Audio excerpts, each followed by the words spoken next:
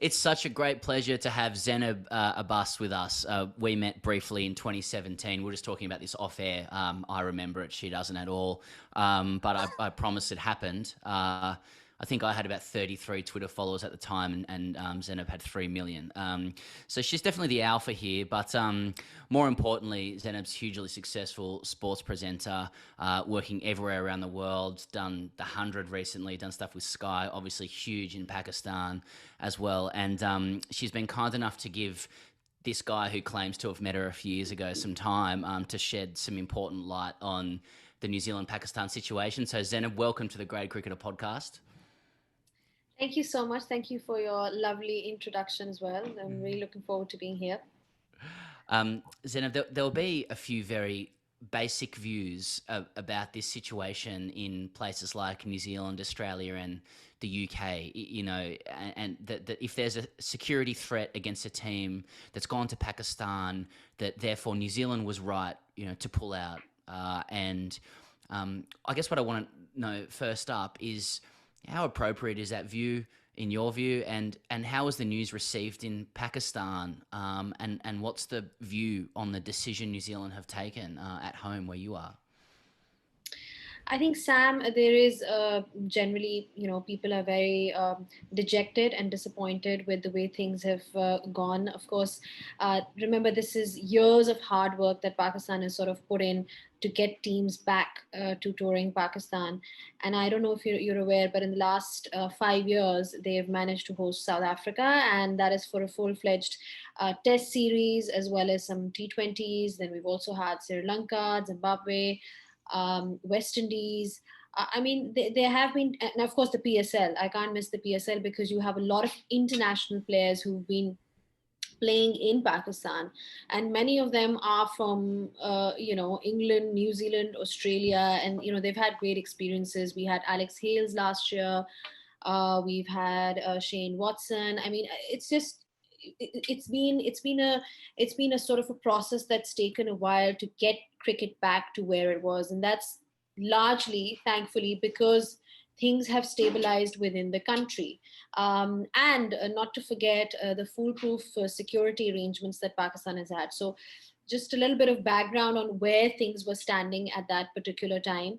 As far as this particular series is concerned, well, New Zealand was very happy with the security arrangements. They've got a security consultant with, he's Reg Dickerson is his name, and he's quite popular in the world in terms of providing that kind of consultancy where wherever there are any security related matters. So and everything was clear, everything was good to go. I think New Zealand was happy with the arrangements as well. Again, these discussions are not have not been the kind who've just taken place. They've been taking place for a very long period of time. So the board has really put in that effort to get these teams to agree to be here, and sort of see that they've managed to successfully host every other team without any incident or any kind of breach of security happening.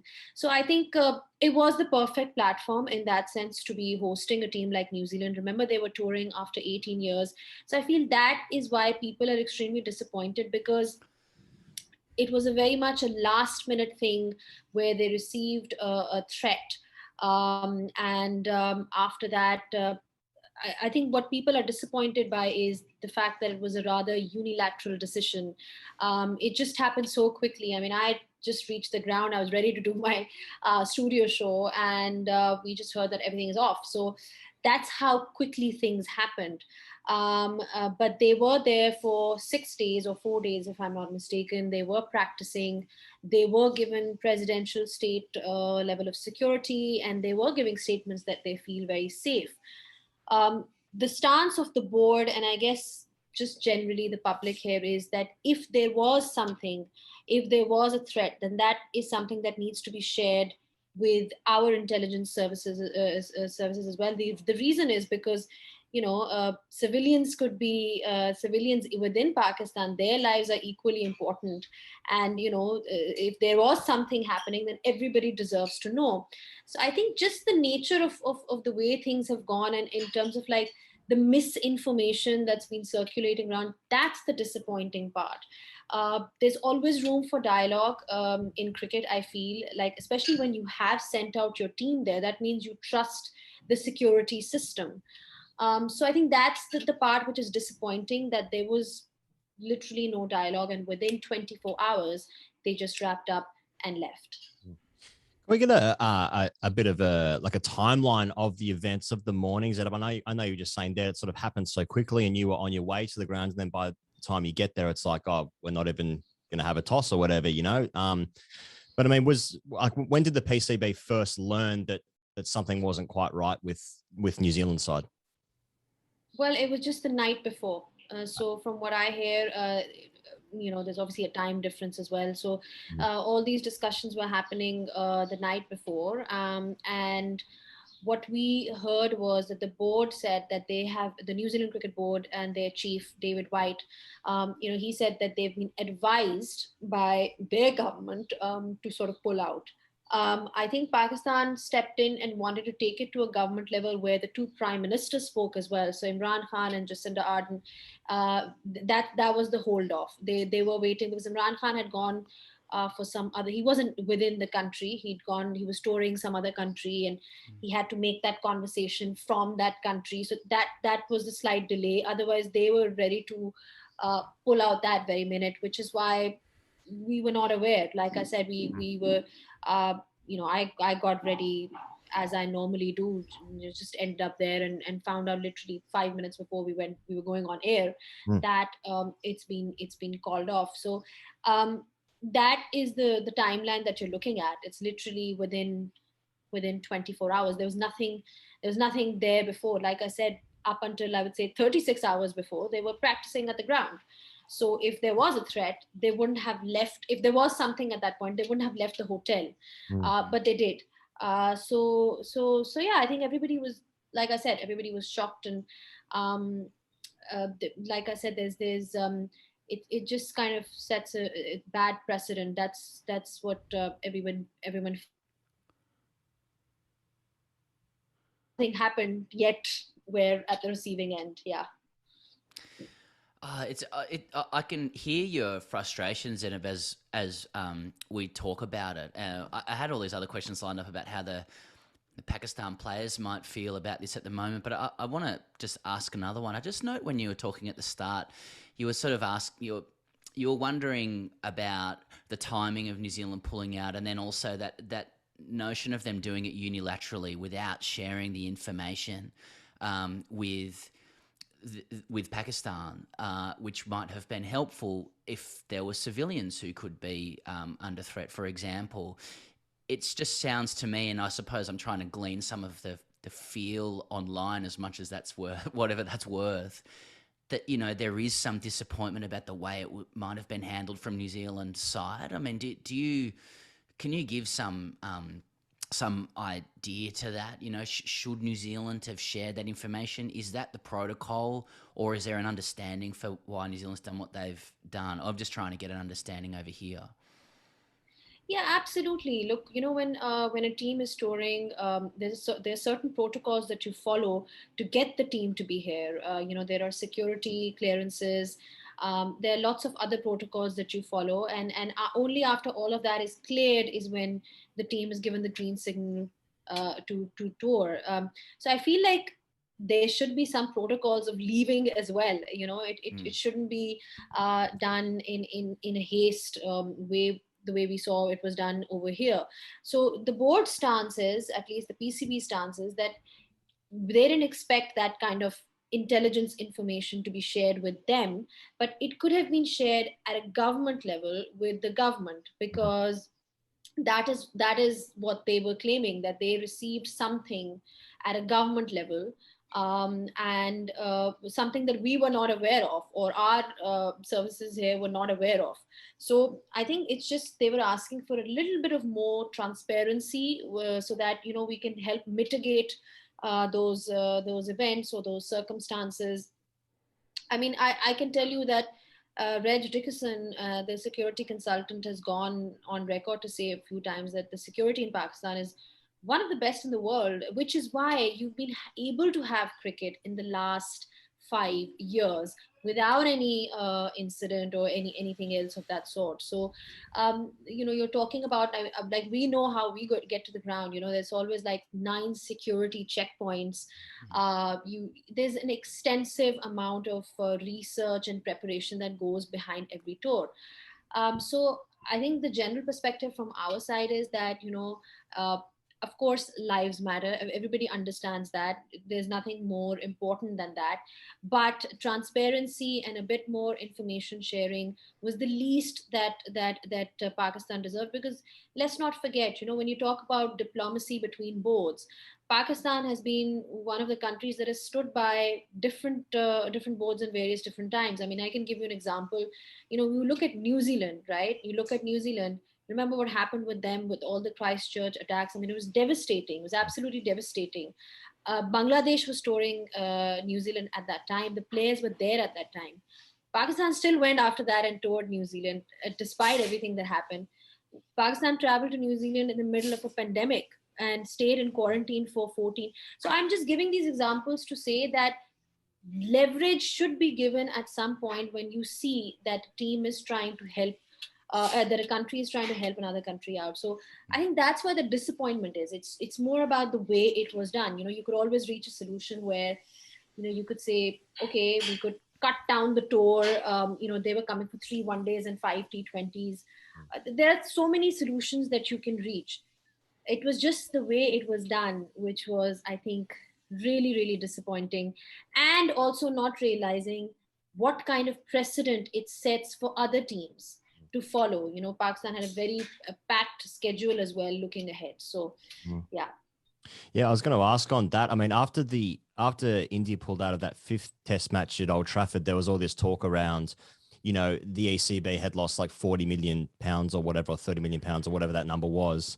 And I wonder if the money is less of the issue in the first instance, like whatever the PCB have lost it from this one series. The fear is actually it will compound because England men and women are supposed to be there in 3 weeks' time. Australia's supposed to go there in February.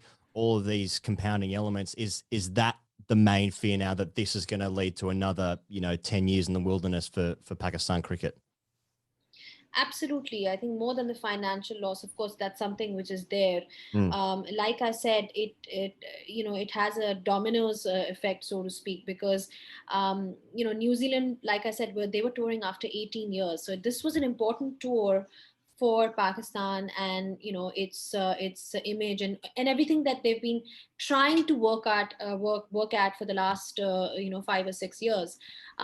So and the other thing is the intelligence, whatever I'm reading, the intelligence that shared that threat with New Zealand, it's the same intelligence which is used by cricket as well, Australia as a country, and England as well. So let's say if we're still waiting to hear on the England news, but if they do pull out, then you can. I think Australia will follow suit as well. And Australia was supposed to come for a full-fledged tour. It was not even a small tour. They were coming for like 2 Test matches, a couple of white ball games as well. So it was a full-fledged tour that they were looking at.